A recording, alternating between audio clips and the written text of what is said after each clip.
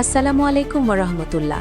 দর্শক মণ্ডলী, আইবিএন নিউজের নিয়মিত এবং সবচাইতে গুরুত্বপূর্ণ ও নজিরবিহীন এক ঐতিহাসিক সান্ধ্যকালীন আয়োজনে আপনাদের সবাইকে সাদর সম্ভাষণ ও স্বাগত জানাচ্ছি। সাথে আছি আমি সাবরিনা।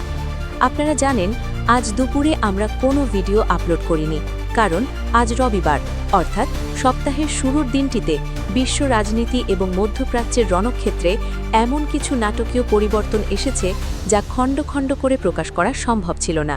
তাই আমরা সারা দিন ধরে ওয়াশিংটন, তেল আবিব এবং তেহরান থেকে আসা সেই সব গোপন নথিপত্র এবং এক্সক্লুসিভ খবরগুলো যাচাই বাছাই করেছি, যাতে করে আজকের এই একটি ভিডিওর মাধ্যমে আপনারা যুদ্ধের পুরো চিত্রটি পরিষ্কারভাবে বুঝতে পারেন।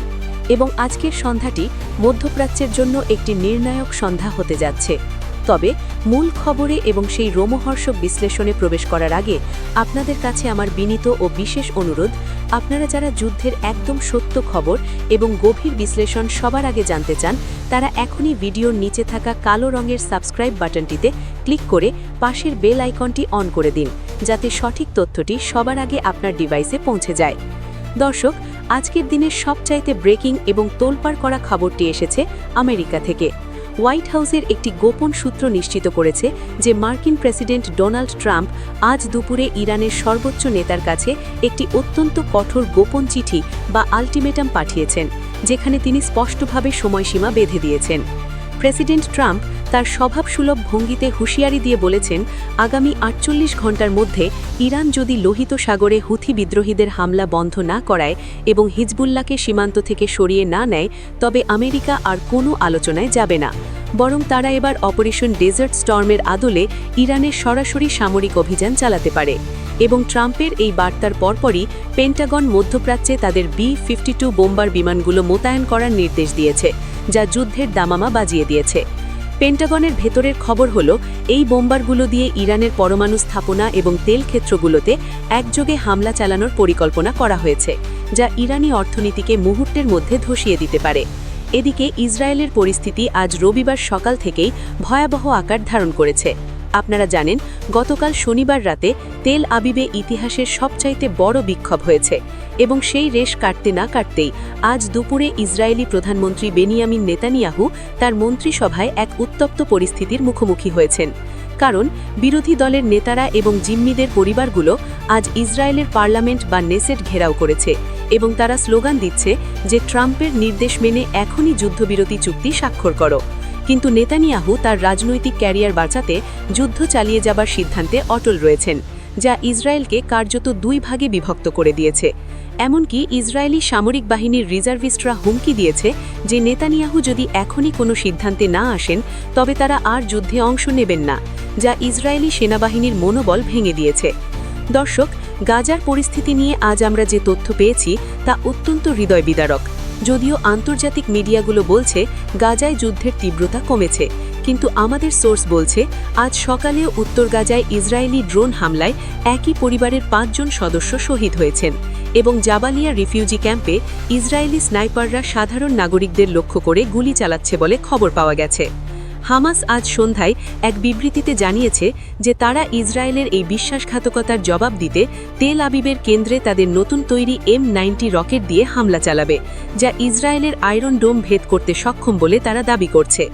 হামাসের সামরিক শাখা আল কাসাম ব্রিগেড জানিয়েছে তাদের কাছে এমন কিছু টানেল রয়েছে যা এখনও ইসরায়েলি রাডারে ধরা পড়েনি এবং সেখান থেকেই তারা দীর্ঘমেয়াদী যুদ্ধের প্রস্তুতি নিচ্ছে। অন্যদিকে লেবানন সীমান্তেও আজ বড় ধরনের নড়াচড়া লক্ষ্য করা গেছে। ইসরায়েলি গোয়েন্দা সংস্থা মোসাদ দাবি করছে যে হিজবুল্লাহ আজ দুপুরে সিরিয়া সীমান্ত দিয়ে রাশিয়ার তৈরি কিছু অত্যাধুনিক আকাশ প্রতিরক্ষা ব্যবস্থা লেবাননে প্রবেশ করিয়েছে এবং এই খবর যদি সত্য হয়, তবে ইসরায়েলি বিমানবাহিনীর জন্য লেবাননের আকাশে ওড়া এখন মৃত্যুফাঁদে পরিণত হবে, কারণ রাশিয়ান প্রযুক্তির এই মিসাইলগুলো F-35 যুদ্ধবিমানকেও ধ্বংস করতে সক্ষম। এবং হিজবুল্লাহর প্রধান হাসান নাসরুল্লাহর উত্তরসূরিরা ঘোষণা দিয়েছেন যে ইসরায়েল যদি বৈরুতে আর একটিও বোমা ফেলে, তবে তারা হাইফা বন্দর এবং ইসরায়েলের কেমিক্যাল প্লান্টগুলোতে মিসাইল বৃষ্টি বর্ষণ করবে, যা পুরো অঞ্চলকে বিষাক্ত গ্যাসে ছিঁড়ে ফেলতে পারে। দর্শক, এবার আসা যাক হুথি বিদ্রোহীদের খবরে। প্রেসিডেন্ট ট্রাম্পের আল্টিমেটামের জবাবে হুথি মুখপাত্র আজ সন্ধ্যায় এক ভিডিও বার্তায় বলেছেন তারা আমেরিকাকে ভয় পায় না এবং তারা লোহিত সাগরে তাদের অবরোধ আরও কঠোর করবে। এমনকি তারা হুমকি দিয়েছে যে প্রয়োজনে তারা সৌদি আরবের আকাশসীমা ব্যবহার করে ইরানে ড্রোন হামলা চালাবে, যা পুরো আরব বিশ্বকে এই যুদ্ধের মধ্যে টেনে আনতে পারে। হুথিরা দাবি করেছে তাদের কাছে হাইপারসনিক মিসাইল রয়েছে, যা মাত্র কয়েক মিনিটের মধ্যে লোহিত সাগর থেকে তেল আবিবে আঘাত হানতে পারে এবং আমেরিকার কোনো যুদ্ধজাহাজ তাদের থামাতে পারবে না। দর্শক, আন্তর্জাতিক রাজনীতির দাবা খেলাতেও আজ বড় পরিবর্তন এসেছে।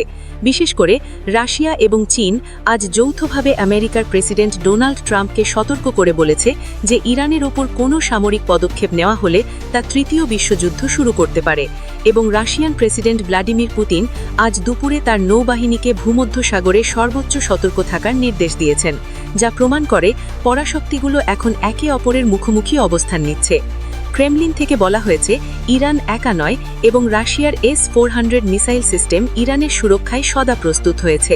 অন্যদিকে চীন জানিয়েছে মধ্যপ্রাচ্যে তাদের জ্বালানি নিরাপত্তা বিঘ্নিত হলে তারাও বসে থাকবে না, বরং অর্থনৈতিক এবং সামরিক দুইভাবেই তারা আমেরিকার ওপর চাপ সৃষ্টি করবে। দর্শক, ভিডিওর এই পর্যায়ে আমরা অর্থনীতির দিকে একটু নজর দিতে চাই, কারণ ট্রাম্পের এই আলটিমেটামের খবরে আজ রবিবার বিশ্ববাজারে তেলের দামে বড় ধরনের অস্থিরতা দেখা দিয়েছে এবং অর্থনীতি বিশ্লেষকরা বলছেন যদি সত্যিই আমেরিকা ইরানে হামলা চালায় তবে তেলের দাম ব্যারেল প্রতি $200 ছাড়িয়ে যেতে পারে, যা আপনার আমার দৈনন্দিন জীবনে ভয়াবহ প্রভাব ফেলবে।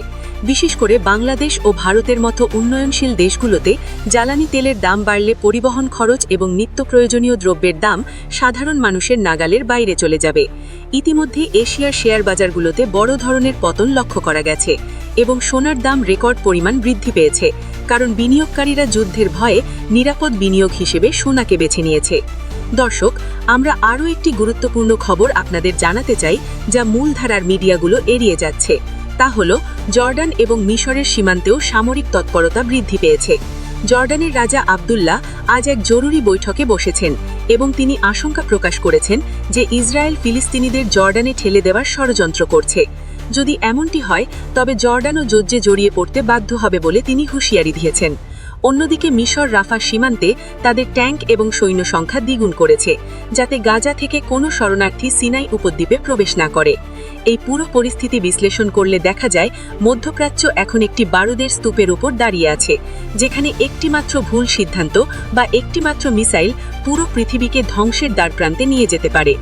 দর্শক, আমরা ভিডিওর একদম শেষ প্রান্তে চলে এসেছি, তবে যাওয়ার আগে আপনাদের একটি প্রশ্ন করতে চাই। আপনারা কি মনে করেন প্রেসিডেন্ট ট্রাম্পের এই হুমকি কি ইরানকে থামাবে, নাকি এটি যুদ্ধের আগুন আরও বাড়িয়ে দেবে? আপনাদের মূল্যবান মতামত কমেন্ট বক্সে অবশ্যই জানাবেন। এবং আজকের এই মেগা আপডেটটি তৈরি করতে আমাদের সারা দিন পরিশ্রম করতে হয়েছে, তাই ভিডিওটিতে একটি লাইক দিয়ে আমাদের উৎসাহিত করবেন। দেখা হবে আগামীকালের ভোরের ভিডিওতে আরও নতুন কোনো ব্রেকিং নিউজ নিয়ে।